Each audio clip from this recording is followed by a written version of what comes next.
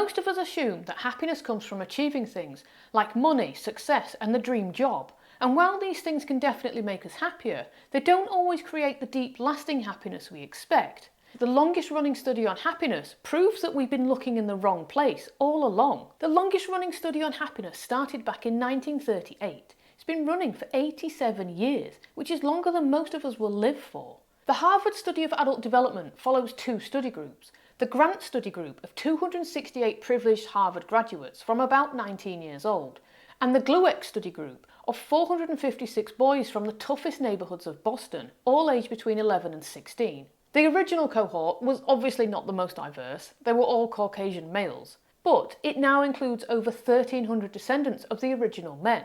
As the men went about their lives, progressing in their careers, getting married, getting divorced, having families, retiring, the study tracked them. They answered questions, shared their health records, and were interviewed every 5 to 10 years. As technology developed, so did the data collection.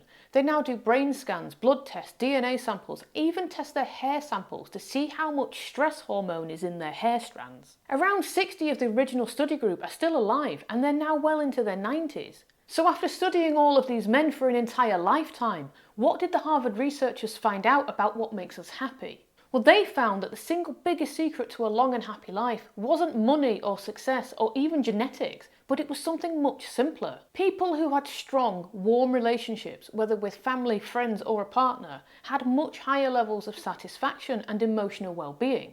But having these relationships didn't just make them feel better, it also affected their physical health. People who felt socially connected had lower blood pressure, stronger immune systems, and even felt less pain in later life. We often think of loneliness as just an emotional experience, but the Harvard study found that it actually has a physical impact on our bodies. It increases our levels of cortisol, a stress hormone, which can lead to inflammation and a weakened immune system. It raises our risk of heart disease and other chronic illnesses, and it speeds up aging. Lonely people showed signs of cognitive decline up to 2 years earlier than those with stronger relationships. Loneliness turns out to be as dangerous as smoking 15 cigarettes a day. Lonely people even live an average of 8 years less. So does that mean that the more friends we have, the happier we'll be and the longer we'll live? As an introvert, that sounds really exhausting to me. Well, thankfully we don't need a huge social circle to be happy. The study found that it wasn't the number of friends that mattered, it was the depth of those relationships. People who had at least 2 or 3 reliable close friends were much happier than those who had large superficial social networks.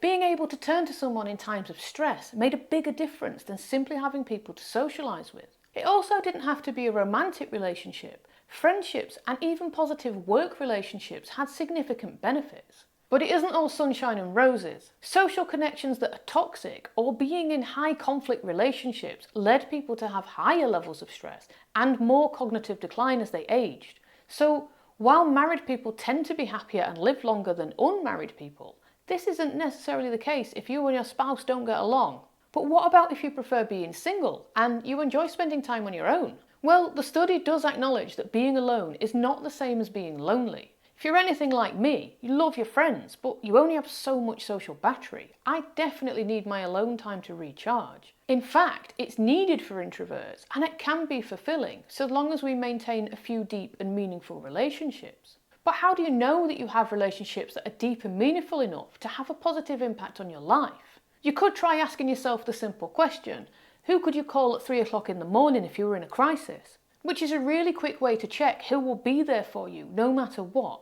But there's more to deep relationships than crisis support. That's where this next activity I designed comes in. When I first designed this tool, it felt really weird, like I was trying to rank all my friends. But it's not about ranking them against each other, it's about looking at where different forms of support come from in your life. This activity can help you think about your current levels of support, depth and enjoyment across all your closest relationships, and it can help you explore strengths and areas for growth. It's only a personal reflection tool for your own self-awareness. It's not professional advice on your relationships. To complete this activity, list 3 to 6 of your closest friends and family members. And then for each of these 8 aspects of deep and meaningful relationships, give each relationship a value between 1 and 10. When you've completed a column, you can total it up at the bottom. Your totals along the bottom are a really good indication of which aspects of deep and meaningful relationships are strong in your life and which have room for growth, especially when you look across all of your closest relationships together. Emotional support is about whether you can be vulnerable with this person and do they listen to you without judgment. Reliability is whether you can count on them in a difficult time, like the 3 a.m. crisis phone call, or if you turned up randomly on their doorstep. Mutual growth is whether you both encourage each other's personal growth. Enjoyment and ease is about whether you genuinely enjoy their company, and does the relationship feel natural and not forced? Does spending time with them give you an energy boost, or do you feel really exhausted after you've hung out with them? When assigning a score to this category, a 0 would be that you feel completely exhausted after you've seen them, whereas a 10 would be that you've got a huge energy boost. You can use a 5 as a neutral score. Trust and honesty is whether you can share your true thoughts with them without fear, and whether you're completely honest with each other. Do you regularly make time for each other and make an effort? And do you share meaningful moments like celebrating successes or important events like birthdays, weddings, or having holidays together? I was surprised when I did this activity that an old friend who I really talked to, I actually had a deeper relationship with then than some of the people I speak to regularly who I'd also consider close friends. Which brings us to an interesting point. How do you develop your relationships to the point where they become deep and meaningful? And if you don't have enough good relationships to build on, how can you meet some more people? We live in the most connected era in human history. Instant messages, video calls, social media. You can reach anyone, anywhere in seconds. And yet loneliness is at an all-time high. It's even been declared an epidemic because of its effects on our health. The UK and Japan have appointed ministers for loneliness, and in 2023, the World Health Organization declared loneliness a global public health concern. Liking something or commenting or a quick how's it going might feel social, but it's not the same as a real meaningful connection. And to compound this effect, it even reduces the number of real-life interactions we have. The disappearance of free-to-use third spaces like libraries and community centres isn't helping either. So now if you want to meet new people, you have to buy a drink or get some food. So it's harder than ever to meet new people outside of your job, especially if you're strapped for cash. When you're a kid, you make friends because you see some kids playing a game that you like and you want to join in, or you always see the same kids at the park. Well, it's kind of the same thing as an adult. It takes spending about 50 hours with an acquaintance before they become a casual friend, but you could speed that up by doing activities together. 2 years ago, me and my partner relocated to a new town where we don't know anybody, and because we're board gamers, we need friends to play games with.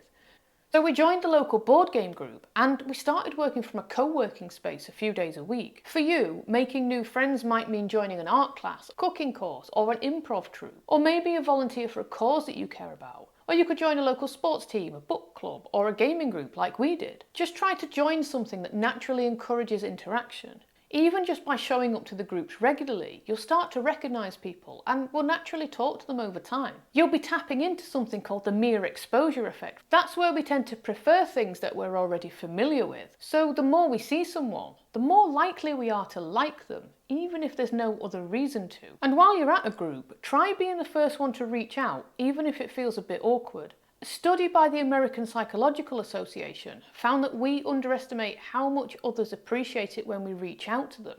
This applies to people that we know and people that we don't know. Most people want to connect, but they're afraid to make the first move. So if you have a good conversation with someone, you seem to click with them, suggest something small like maybe we should grab a coffee sometime.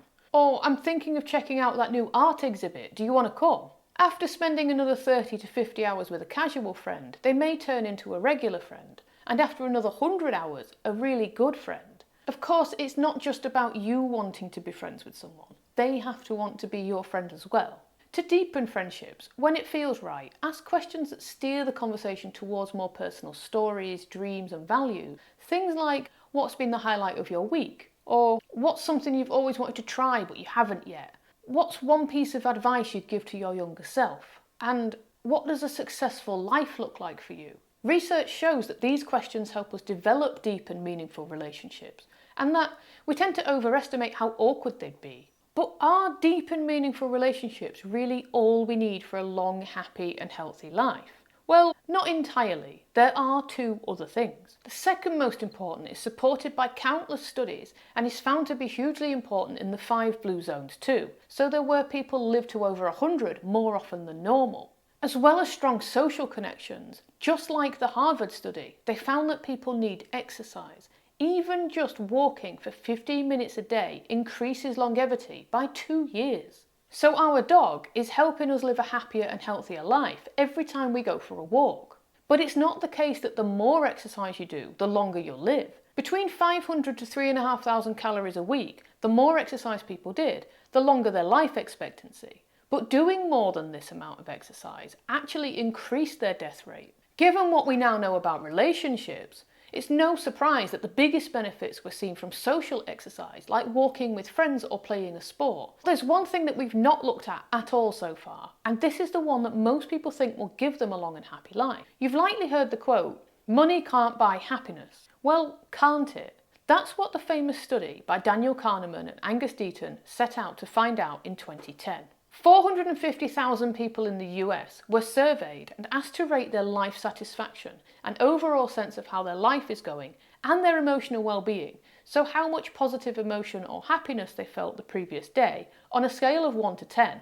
They found that the day-to-day happiness increased with income, but it levelled off after a certain income amount. Well, how much was that? About $75,000, which, accounting for inflation, is about $109,000 today. Which makes sense, because basic financial security for food, housing and healthcare will lead to less feelings of stress, which will lead to a higher happiness. It reminds me of this quote, "Money can't buy happiness, but poverty can't buy anything." In 2021, another study challenged these results. It found that happiness actually increased up to $100,000, and it didn't plateau at this point. It continued to rise, but not for everyone. For the most unhappy group, happiness rises with income until around $100,000, or around $116,000 today. But then their happiness level stops even as their income keeps getting higher. For people in the middle range of emotional well-being, happiness increased along with income. And for those who were already happy before their income increased, their happiness went up the most. So if you're already happy, then more money will help you feel even happier. Perhaps people in the study can relate to this Spike Milligan quote, "Money can't buy you happiness, but it does bring you a more pleasant form of misery." The good news is, you can work on increasing your happiness before the extra money starts coming in. As we've learned, focus on building and deepening your relationships and get your body moving, even if it's just for a little bit each day, because it makes a massive difference. And it doesn't need to cost you anything. When I go for a walk with a friend, I take a thermos and some snacks with us so that we don't have to spend money buying food and drinks. Even if we don't increase the amount we earn, research shows that feeling more in control of our finances reduces stress and anxiety. Mental budgeting can do this. Start with categories like groceries, gas, debt repayments, etc. Put spending limits on each one and check in with yourself throughout the month to keep on track. Remember to include some budget for socialising and deepening those relationships. If money is tight, invite friends round for dinner, or if they live far away, then plan a virtual night in. Stream a movie together, play some online games and eat together over video call. A 20-year study by Dr. Thomas Gilovich found that our experiences give us more lasting happiness because we quickly get used to having new things, like a phone or a car, and then we return back to our baseline level of happiness. Plus, we raise the bar. We want our next phone to be even better than the one that we've currently got. And we can fall into the trap of comparing our possessions to others. We'll be happy with our new house for a while, until our friend moves into a better one. But there's always going to be somebody with a better one. Experiences give us longer lasting happiness afterwards, but they also make us excited leading up to the experiences themselves. Whereas waiting for something like the new iPhone can leave us to be impatient and feel frustrated instead. Then when we finally do get the thing, we experience temporary happiness, and then we're just left wanting more. Things may last longer than experiences, but it's the lasting memories from experiences that truly matter for a happy life. Even if you have meaningful relationships, exercise regularly, and have financial security, you might still feel like there's something missing. Fulfillment is a very personal thing. To find fulfillment in a way that's unique to you, check out this video on finding fulfillment and purpose. Like this video if you found it helpful, subscribe if you can, and thank you for watching.